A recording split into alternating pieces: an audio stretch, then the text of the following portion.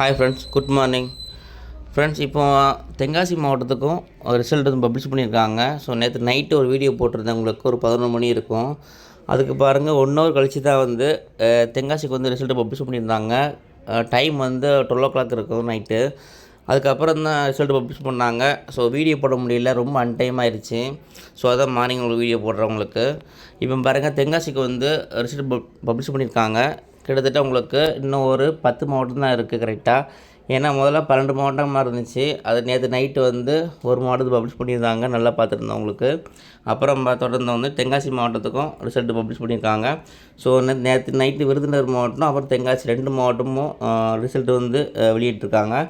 இது 2 மாவட்டமே பாருங்கள், விருதுநகருக்கும் நமக்கு அப்டேட் கிடைக்கல. ஸோ தென்காசிக்கும் அப்டேட் கிடச்சிருந்தது. என்ன கிடச்சிருந்தது அப்படின்னா ரொம்ப டிலே ஆகும் அப்படின்ட்டு. ஸோ விருதுநகருக்கு நேற்று நைட்டு தான் வந்து கமெண்டில் முந்தின நாள் நைட்டு கமெண்டில் பார்த்துருந்தேன், 15 டேஸ் ஆகும் அப்படின்ட்டு கமெண்ட் பண்ணியிருந்தாங்க. ஸோ அதுவும் வந்து பாருங்கள், அந்த தகவல் கிடச்சுமே வந்து சீக்கிரமான முறையில் வெளியிட்டாங்க. ஸோ எந்த தகவலுமே வந்து நம்ம வந்து அப்டேட் எடுத்துக்க முடியல. ஏன்னா உங்கள் டிஆர்பியில் என்ன நடக்கு, எப்போ விடுறாங்க அப்படின்ட்டு அவங்களுக்கே தெரியல.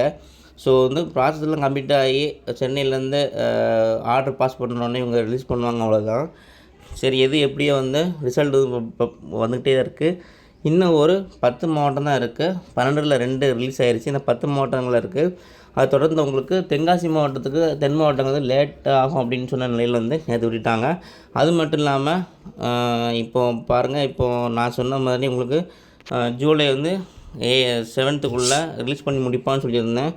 ஆனால் பாருங்கள், இன்றைக்கி ஜூலை 8 ஆயிடுச்சு. இன்றைக்கி இன்னும் ஒரு கரெக்டாக சொன்னால் 10 மாவட்டங்கள் தான் இருக்குது. அதுலேயும் சென்னை வந்து கொஞ்சம் டிலே ஆக வாய்ப்புகள் இருக்குது. அது தொடர்ந்து உங்களுக்கு 9 மாவட்டம் தான் இருக்குது. மேக்ஸிமம் இந்த வந்து வீக்கில் வந்து ரிலீஸ் பண்ணி முடிக்கிறது வாய்ப்புகள் அதிகமான சான்சஸ் இருக்குது. நேற்று நைட்டு வீடியோவில் விருதுநகர் மாவட்டத்தை தொடர்ந்து சொல்லியிருந்தேன் உங்களுக்கு. இன்னும் ஒரு 10 மாவட்டம் தான் இருக்குது, ரிலீஸ் பண்ணி முடிச்சுடுவாங்க அப்படின்ட்டு. அது பாருங்கள், வீடியோ போட்டு முடித்த உடனே இந்த தகவல் கிடச்சிது, எனக்கு வீடியோ போட முடியல.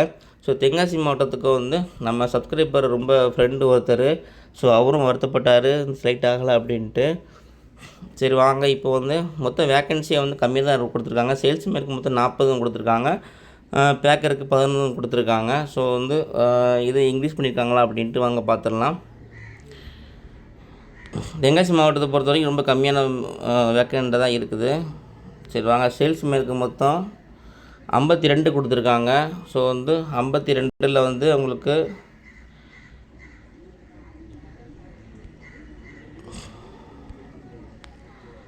52ன்னா உங்களுக்கு சேல்ஸ்மேனுக்கு 40 தான் கொடுத்துருக்காங்க. அப்போ வந்து 12 வேக்கண்ட் வந்து இன்க்ரீஸ் பண்ணியிருக்காங்க. ஸோ இது ஒரு கம்மியான வேக்கன்சி இருந்தாலுமே வந்து 12 வேக்கன்சி இன்க்ரீஸ் பண்ணியிருக்காங்க. நல்ல ஒரு வாய்ப்பு தான் இது. அது தொடர்ந்து பாருங்க, பேக்கருக்கு வந்து மொத்தம் 11 கொடுத்துருக்காங்க. இதில் வந்து வேக்கண்ட் எத்தனைன்னு பார்த்துடலாம். பேக்கருக்கு மொத்தம் வந்து 14 வேக்கண்ட் கொடுத்துருக்காங்க. ஸோ கிட்டத்தட்ட 3 வேக்கண்ட் வந்து இன்க்ரீஸ் பண்ணியிருக்காங்க. நெக்ஸ்ட்டு வந்து எந்த மாவட்டம் வரும் அப்படின்ட்டு நம்ம எதிர்பார்த்துட்டு இருக்கோம். ஸோ இன்றைக்கி வந்து டியூஸ்டே மார்னிங் உங்களுக்கு இன்றைக்கி நீங்கள் என்ன ரிசல்ட் வரும், எந்த மாவட்டம் வரும் அப்படின்னு எதிர்பார்ப்போம். ஏதாவது அப்டேட் கிடச்சா ஷேர் பண்ணுறேன். அதாவது அப்டேட் கிடைச்சாலும் டிஆர்பி தகவல், ஆடியோ தகவல்லாம் நான் வந்து சொன்னதான் உங்களுக்கு.